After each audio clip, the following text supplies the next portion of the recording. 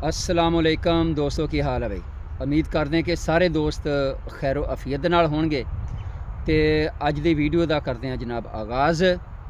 तो थोनू पता कि अजकल साड़ी जिहड़ी हुकूमत आ वो जिहड़े गैर कानूनी अफगान बशिंदे आ उन्होंने मुल्क बदर करने दे विच जनाब बड़ी सरगर्म कोशिश कर रही है।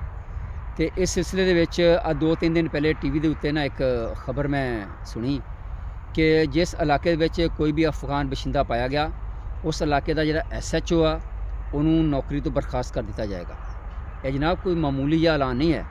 इस ऐलान दे विच बहुत बड़ी गहराई आ कि इस दे विच एक दफ़ा फिर SHO की अथॉरिटी नूं उहदे इख्तियारात नूं ते उहदी पावर नूं जनाब तस्लीम किया गया कि एक कितना बड़ा तो और अहम उहदा साडे पाकिस्तान दे विच।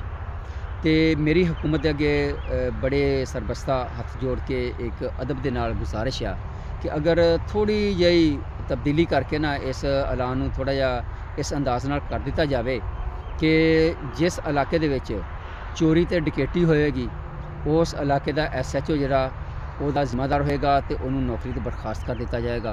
तो जनाब फिर तुसी देखना कि यह आवाम जिहड़ी ना झोलियां चुक चुक के हुकूमत नूं दवाउण देवेगी और थोड़े मुल्क जनाब चोरी डकैती का नामो निशान जो नहीं इंशाल्लाह रहेगा।